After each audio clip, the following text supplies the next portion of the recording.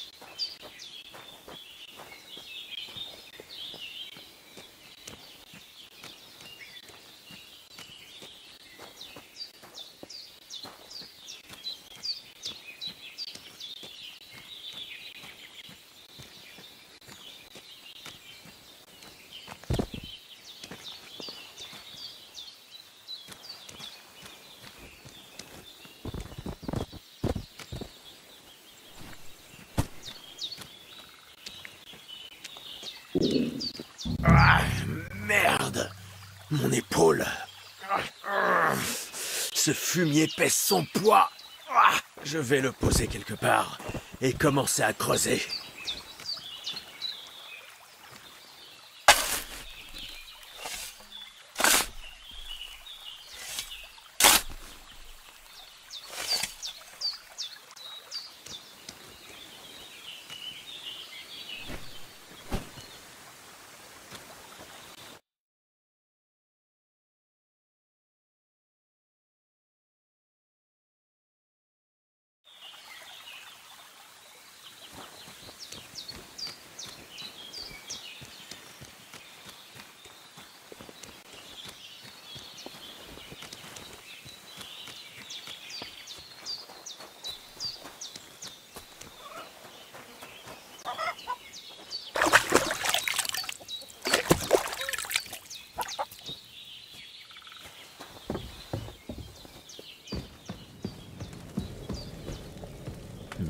C'est vide.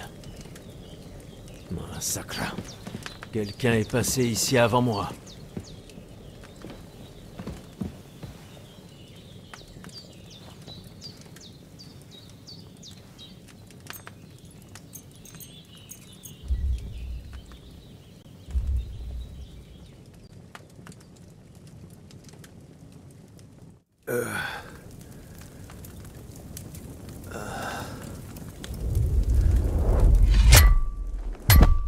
Une aussi belle épée fera honneur à son détenteur. C'est vrai, Seigneur Radzig. Avec elle, les choses auraient pris à Nicopolis une toute autre tournure.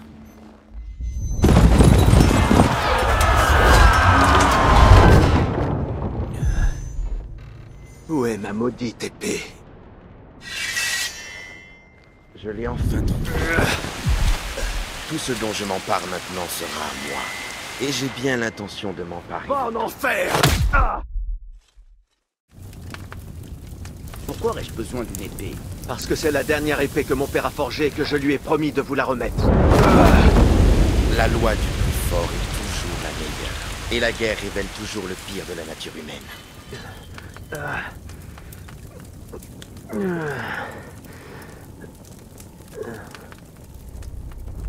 Où diable est mon épée? Tu sais quoi? Je crois que je vais la garder. En souvenir. Ce n'est pas fini! Je te retrouverai!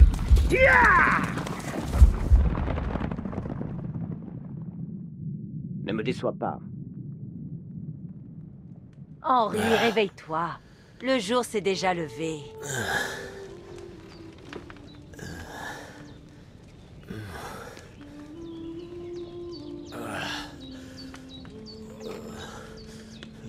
Alléluia.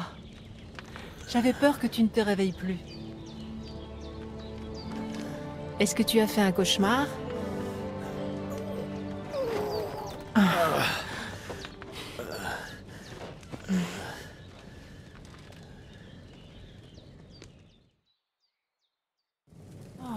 Oui.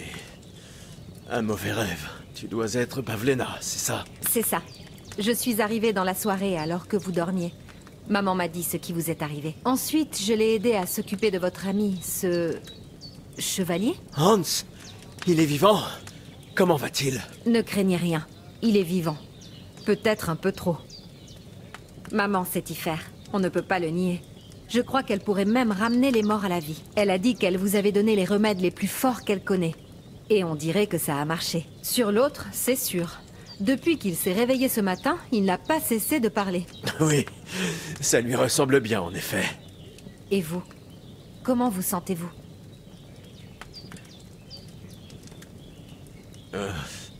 Nettement mieux qu'hier. Merci. Tant mieux.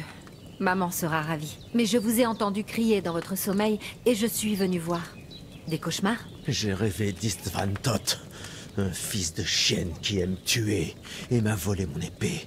Le dernier souvenir que j'avais de mon père. Et j'ai juré de reprendre cette épée et de venger mes parents. Oh, ce serment doit vous peser pour vous tourmenter dans votre sommeil. Ne prenez pas les rêves à la légère. Ils peuvent avoir beaucoup de sens, même s'ils sont parfois difficiles à comprendre. Qu'est-ce qui vous a le plus marqué dans votre rêve?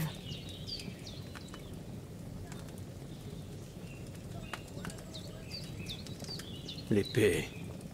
La dernière chose que mon père ait forgée avant d'être tué. Étrangement, je pense que son âme ne trouvera la paix que lorsque cette épée sera revenue dans notre famille. Ça n'a rien d'étrange. Et les épées sont un symbole royal, signifiant pouvoir et responsabilité, ou guerre et ravage.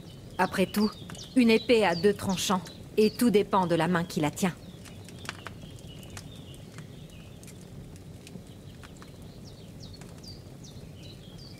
Merci, Pavlena. Je n'aurais jamais vu les choses comme ça. Ça fait beaucoup de choses à penser. Je vous en prie. Mais souvenez-vous, ce n'est que ma lecture. Le seul à vraiment vous comprendre, c'est vous. Je crois que tu as raison. Au bout du compte, ce dur labeur sera pour moi. Mais ça fait trop à réfléchir en une fois. Là, j'ai surtout besoin de soleil et d'air frais. En effet, c'est le meilleur remède à beaucoup de choses. Et avoir l'estomac plein ne fait pas de mal non plus. Le petit déjeuner est sur la table. Et j'ai quelque chose d'autre pour vous.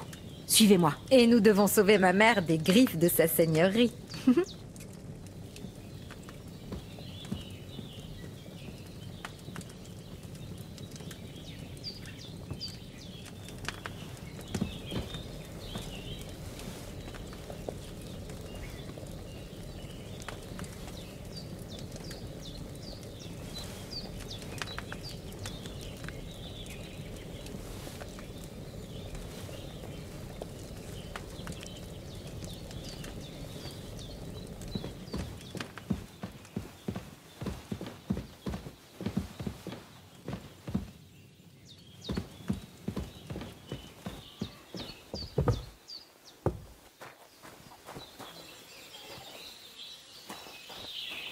Regardez qui est enfin debout. Henri, joins-toi à nous.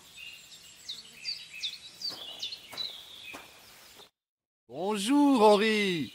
Tu n'as pas idée à quel point je suis content de te voir. Viens te joindre à notre banquet au beau milieu de cette superbe forêt. C'est un plaisir pour moi aussi.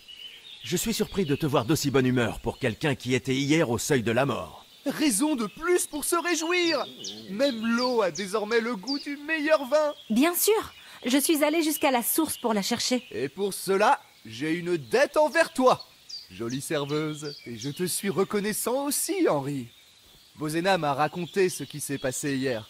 C'est la 3e fois que tu me sauves la vie. J'imagine que je vais devoir te donner un domaine, par exemple. La 3e fois? Pour l'amour du ciel, que s'est-il passé les 2 premières fois? Allons, Henri, ne la fais pas languir. Raconte à cette brave fille tes hauts faits. Eh bien, il y a eu cette fois où Hans et moi avons eu une bagarre à la taverne. Et comme châtiment, j'ai dû l'accompagner à la chasse. J'ai décoché sur un sanglier. Et ça l'a mis en rage. Et tandis que Hans poursuivait l'animal blessé, il a été capturé par une patrouille de Coumans. Des Coumans?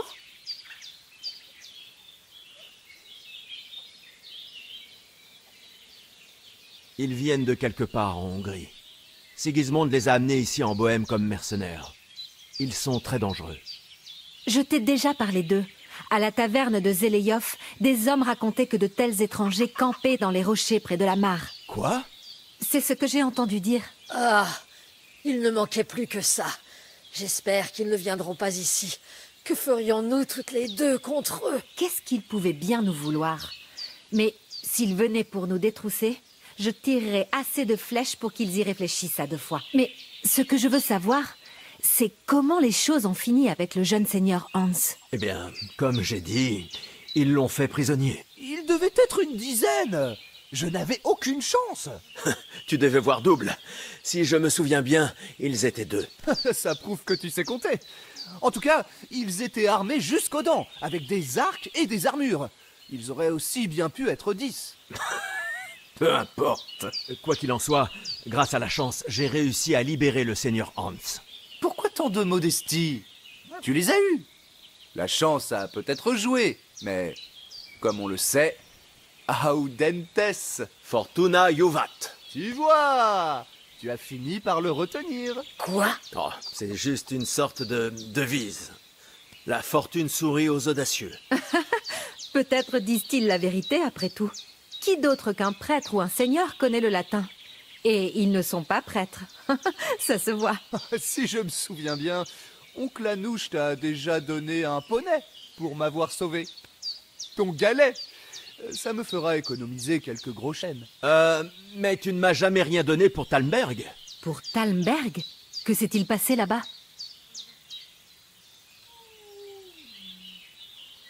L'ennemi a pris le château par la ruse, et nous avons préparé une contre-attaque. Sous couvert de l'obscurité, nous avons escaladé les hautes murailles du château de Talmberg pour ouvrir la herse à nos compagnons d'armes qui attendaient, prêts à frapper. Et nous avons failli y réussir.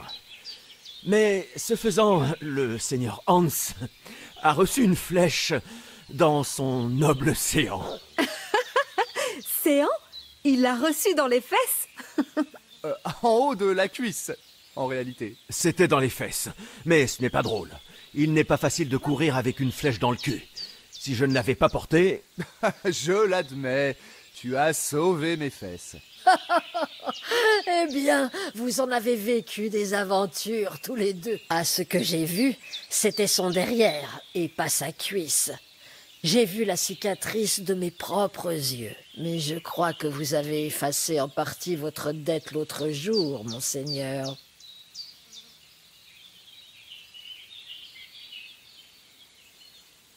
C'est vrai. Je n'oublierai jamais que tu m'as porté jusqu'ici depuis le lac. Il n'y a pas de quoi. Les seigneurs de l'Épa ne laissent pas leurs amis dans le pétrin. Racontez-moi, quelles autres aventures avez-vous connues? Il y en a eu beaucoup, mais je crains que nous n'ayons pas le temps de les raconter. Nous avons une mission importante et ne pouvons nous permettre de badiner davantage. Nous devons aller à Trotsky le plus vite possible. À quelle distance est-ce d'ici? Pas loin. Une fois franchi la colline de Zeleyov, vous verrez le château. Très bien.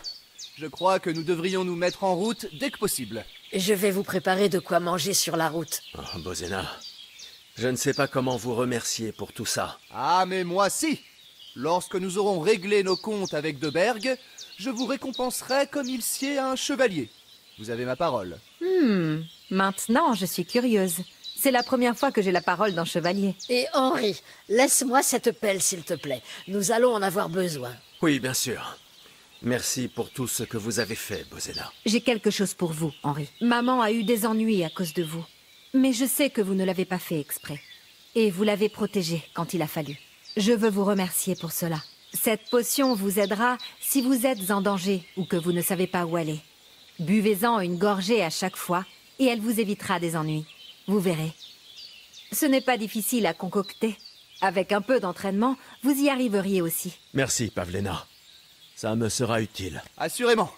Mais nous ferions mieux d'y aller. Hans a raison. Nous sommes ravis de vous avoir rencontré. Merci pour votre aide et votre hospitalité. Dieu vous bénisse. Et vous aussi, Seigneur. Comme l'a dit Henri, que Dieu vous bénisse pour votre générosité et vos soins.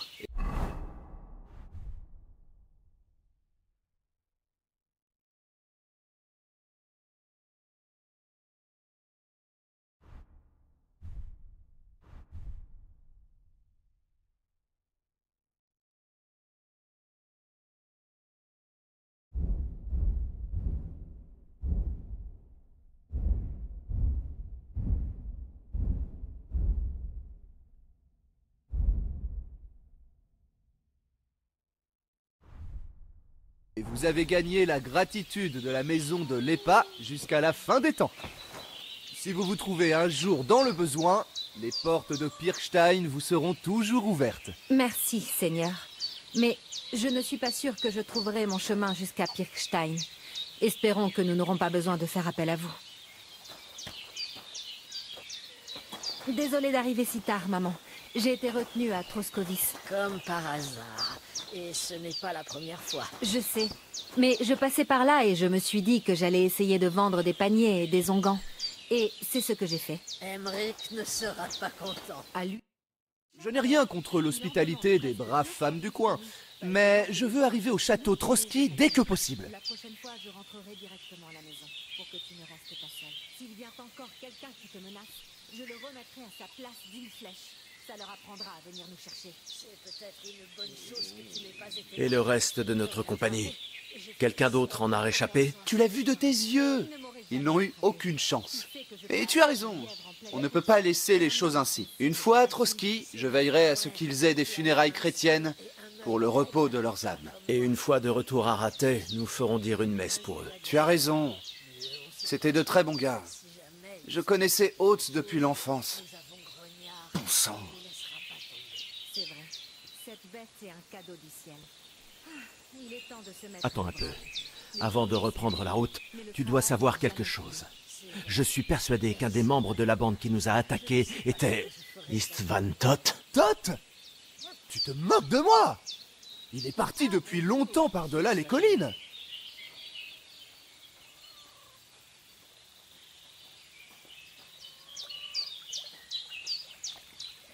Je sais ce que tu penses.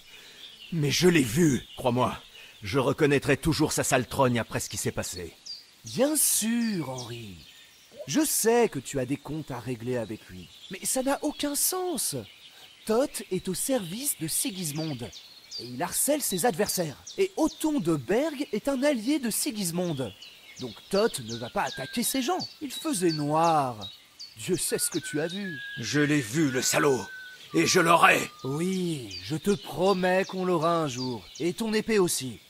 Mais je ne crois pas que l'un ou l'autre soit par ici. Tu n'as pas perdu de temps. Tu t'es trouvé une arme pour remplacer cette épée. C'est bien. On ne sait jamais quand on pourrait en avoir besoin par ici. Bon, allons-y. Le trajet aidera ton esprit à penser à de plus belles choses.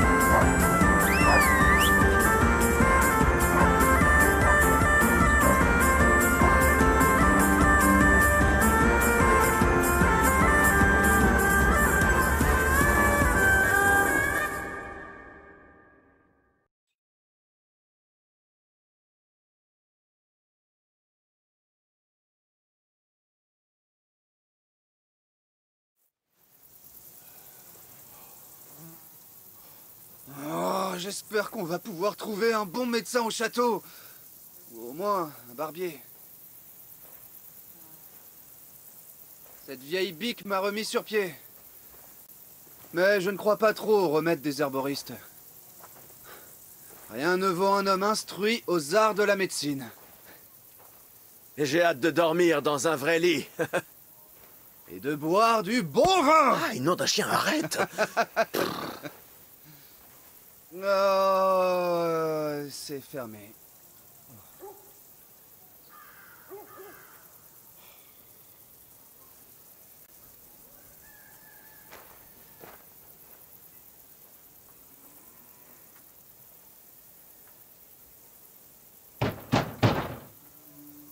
Ouvrez!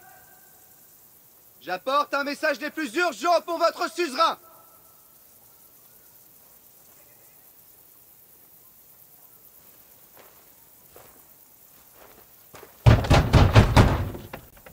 Vous m'entendez? Ouvrez la porte! J'apporte un message du seigneur Anouche de l'Épa!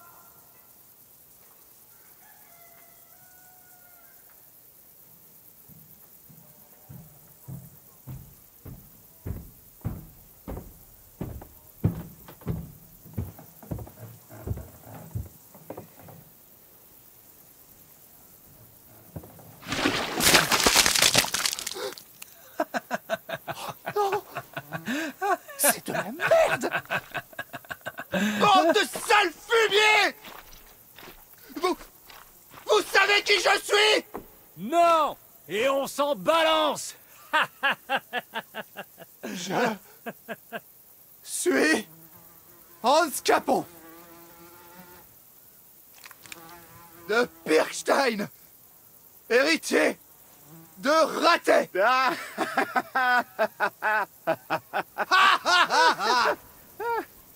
Voyez-vous cela? Un seigneur sale comme une teigne! J'ai pas de temps à perdre avec vous! Alors dégagez vos sales culs et votre odeur nauséabonde d'ici immédiatement! Allez-vous-en, tous les deux! Mais que se passe-t-il ici?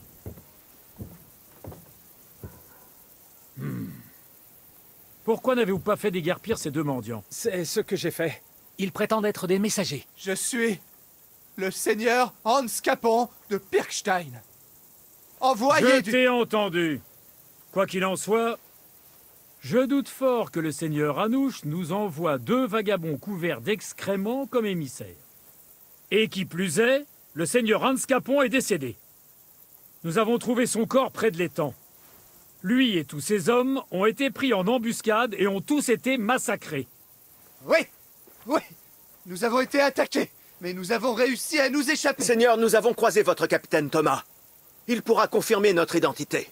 Il a vu notre message et notre sceau. Quelle terrible malchance pour vous. La compagnie du capitaine est elle aussi tombée dans une embuscade tendue par ces hors-la-loi. Le capitaine a bien failli ne pas s'en sortir vivant, et ça fait 3 jours qu'il délire. Et quand bien même il confirmerait votre étrange récit, j'ai reçu des ordres stricts, personne n'a le droit d'entrer dans ce château. Seigneur, un cavalier approche. Il porte les couleurs du roi Sigismund. Ah, voilà à quoi ressemble un véritable messager. Estimez-vous tous deux heureux que je n'ai pas de temps à perdre avec vous. Allez-vous-en! Je vais entrer, que ça vous plaise ou non. Ne me touche pas, tu sens la merde.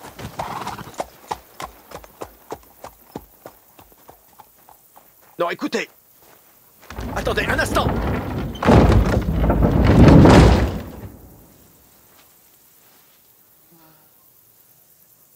Bordel! Qu'est-ce que c'était que ça?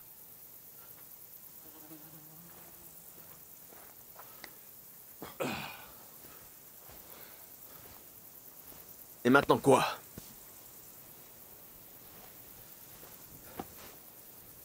Il n'y a plus qu'une seule chose à faire.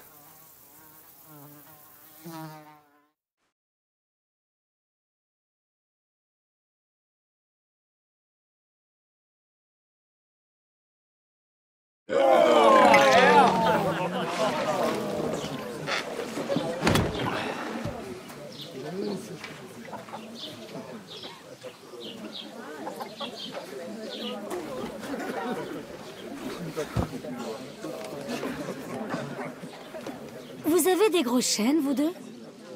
Pour qui est-ce que tu me prends, gueuse? Pour quelqu'un qui en peste plus encore que le cadavre d'un blaireau.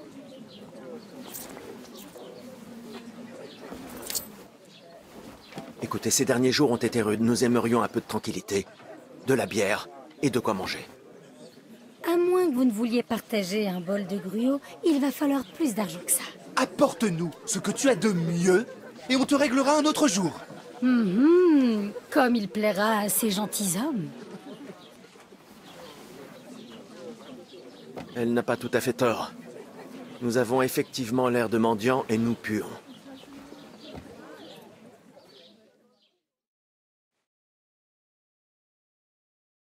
C'était quoi cette histoire à la porte? On essaye de discuter et on reçoit de la merde sur la tête? Autre lieu, autre mœurs. Par les langes du Christ! J'imagine que des mendiants ont dû causer des ennuis. Alors ils agissent sans chercher plus loin. Ah, vraiment? Je n'y aurais jamais pensé. Je préférerais entendre une solution pour nous sortir de ce bourbier. C'est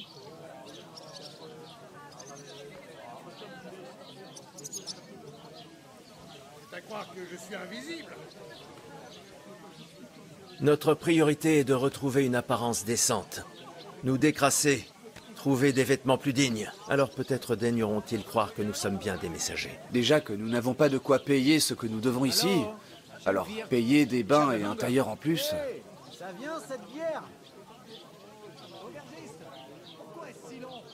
On va gagner de l'argent. Gagner? Le travail ne m'effraie pas. Et nous allons avoir besoin de tous les gros chênes que nous pourrons trouver. Mais combien de temps te faudra-t-il pour gagner quelques gros chênes?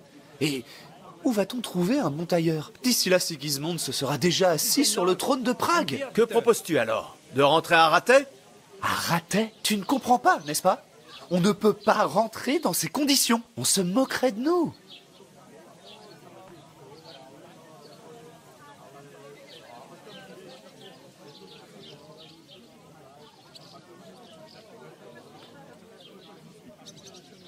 J'imagine que tu as raison. Nous passerions pour des crétins finis. Ah, toi, ça pourrait aller. Mais moi, nous n'avons ni message, ni argent, juste nos tristes figures. Courage. On va trouver le moyen de s'en sortir, et tout va s'arranger. Rien ne va s'arranger, mon ami. Je vais te donner 4 raisons. Otz, Tancard, Conrad et Nicolas. Au lieu d'être ici avec nous à parler et plaisanter, ils nourrissent les vers dans un trou, oubliés de tous.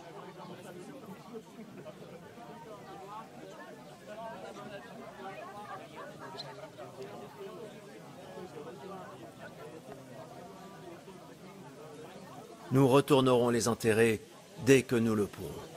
Oui, le plus tôt sera le mieux.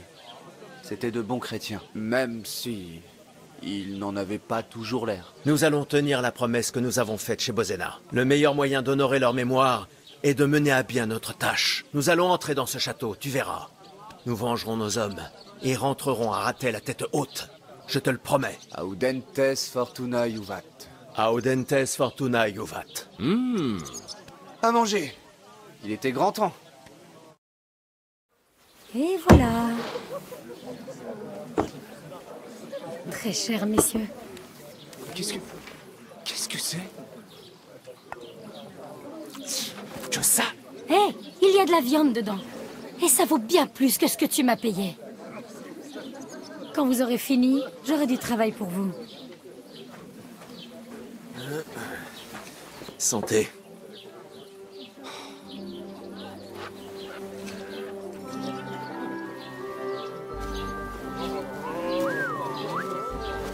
Qu'y a-t-il? C'est la femme qu'on a vue à l'étang. Ah, celle pour laquelle tu as failli nous faire tuer? Sacrée poitrine, la biche. Ma jolie. Qu'est-ce que j'avais dit? Fougueuse. Qu'est-ce que tu attends? Elle peut confirmer qui nous sommes. Va vite la voir.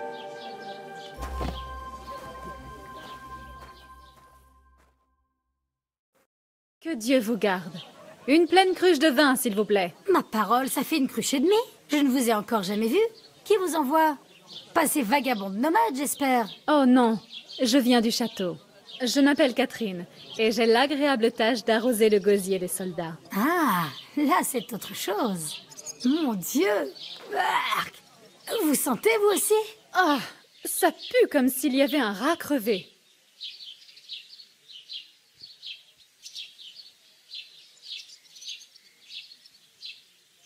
Bon Dieu, tu exagères. Hé, Genot, si t'as l'intention de te mêler à mes clients, commence par te débarrasser de cette odeur à l'abreuvoir. Tu empuantis toute ma taverne. Dire qu'elle est bonne aujourd'hui. Bien goûteux, fraîche, tout droit sorti de la cave. Quoi donc? Oui, pas comme la lavasse chaude qu'on a eue l'autre fois. Le pauvre capitaine Thomas risque de ne jamais survivre. Ces hommes et lui ont été attaqués par des brigands. J'ai bien failli aller la verser sur la tête. Seigneur Dieu. Oui, le seigneur de Berg est hors de lui et ne laisse pas ses soldats quitter le château. Ah, c'est pour ça que c'est vous qui venez chercher le vin alors. Ne bougez pas, J'imagine. je reviens tout de suite. Mais du coup, elle est imbuvable. Pardon de te déranger, mais je t'ai déjà vu. Ah oui? Je n'en ai pas souvenir. Attends, c'est toi le garçon qui cure la fosse sous les latrines du château? Il paraît qu'un de ces nomades est un acrobate qui fait... Nous nous sommes vus près de cet étang. Quel étang? Je n'ai approché d'aucun étang. Ne fait-il pas plutôt? Il est fort comme Mais un si, bœuf. tu as été attaqué par des brigands là-bas, ainsi que d'autres femmes. Et nous aussi. Je n'ai aucune idée de ce dont tu parles. Je travaille au château et je n'ai jamais approché d'aucun étang. Et je ne vois pas pourquoi tu cherches à le nier. Je t'ai vu de mes yeux. Tu y lavais du linge. Avec d'autres filles. Eh bien, j'imagine que ce n'est pas trop les visages que tu regardais, hein? Décampe, vicieux. Voici ton vin. Est-ce que ce vagabond est en train de t'ennuyer? Je sais me défendre seule de ce genre d'énergumène. Merci pour le vin. Au revoir. Attends, je t'en prie. Je sais pas ce qui t'est arrivé, mais je t'ai vu à l'étang. Écoute, il faut que tu m'aides. Tu me le dois bien. Nous devons voir le seigneur de Berg. Et tu es la seule à pouvoir confirmer notre identité.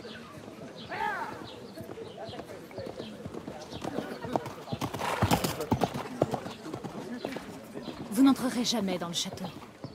Et même si vous le pouviez, ça c'était un messager du roi. De Berg s'apprête à partir. Non. Mais si vous voulez lui parler, faites-le pendant le mariage de Céline. Il y assistera. Ça c'est sûr. Non, attends. Ne repose plus jamais la main sur moi, tu entends?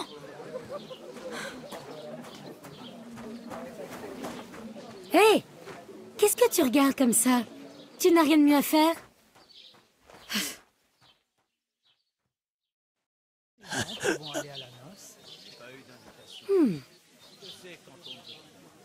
Qu'est-ce que tu fais planter là comme une statue de sel?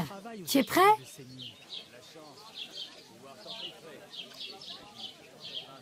À quoi? Au travail! Vous n'avez pas payé tout ce que vous avez commandé. Alors vous allez travailler pour régler cette dette.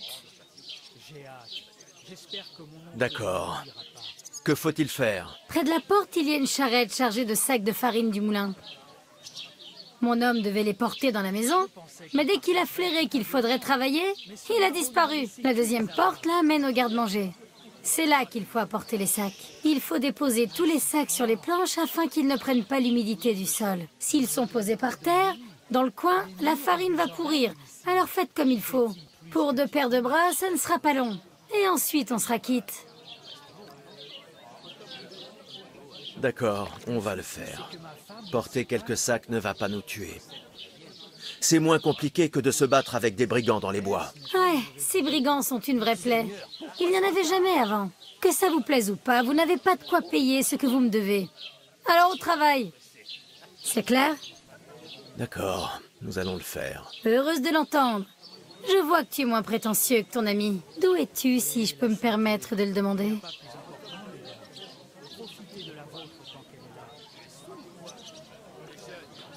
Scalis. Jamais entendu parler. De toute ma vie, je ne suis jamais allé plus loin que Nebakov. Mais je connais cet endroit par cœur. À quoi ressemble la vie ici? Elle est meilleure depuis que ton ami et toi, vous vous êtes lavés. Pour être franche, ce n'est plus ce que c'était. La guerre est peut-être loin, mais de plus en plus de jeunes gars partent se battre. On commence à manquer de bras dans le coin. Et ça, c'est un gros souci. Mon estomac m'en empêcherait. Mieux vaut boire une chope à la place, hein. Santé alors. Où puis-je trouver du travail par ici? Il faut déjà que vous transportiez ces sacs pour moi, alors tu chercheras plus tard. Mais tu peux trouver du travail partout. Il suffit d'ouvrir les yeux et de ne pas avoir peur de demander. Et c'est déjà chez Radovan, le forgeron. Il est un peu étrange, mais il paye correctement ses employés. D'ailleurs, il est assis au coin là-bas, si tu veux lui poser la question. Et l'homme à côté de lui est le meunier Crézel. Il a besoin d'aide de temps à autre. Mais méfie-toi de lui. Tu sais ce qu'on dit sur les meuniers. J'ai entendu des choses, oui. Bon, alors, sois prudent. C'est la seule taverne du coin? À Troskovis, oui. Les affaires doivent être bonnes alors, hein? Ça irait bien mieux si tout le monde payait ce qu'il me doit. J'ai entendu des choses à propos d'un mariage qui devrait se tenir ici. Oui, il n'est question que de ça. Le jeune seigneur de Sémine va épouser Agnès, la fille de Trush, le bailli de Troskovis. Et ce sera une grande noce. Quand des riches se marient, il y a un banquet qui ne ressemble pas à celui d'un mariage entre un tanneur et une fille des étuves. Qui est ce Sémine? Rien qu'à son nom, c'est clair, non? Le seigneur de Sémine. Le fort et le village lui appartiennent. Le vieux Yann Sémine est le chef de famille et son fils s'appelle Holda. Et c'est lui qui va se marier. C'était une riche famille. Leur gloire n'est plus ce qu'elle était, mais ils ont encore du poids.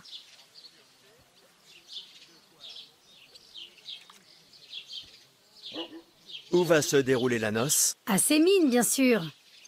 Je pense que le seigneur Yann et notre bailli vont rivaliser pour ce qui est d'étaler leurs richesses.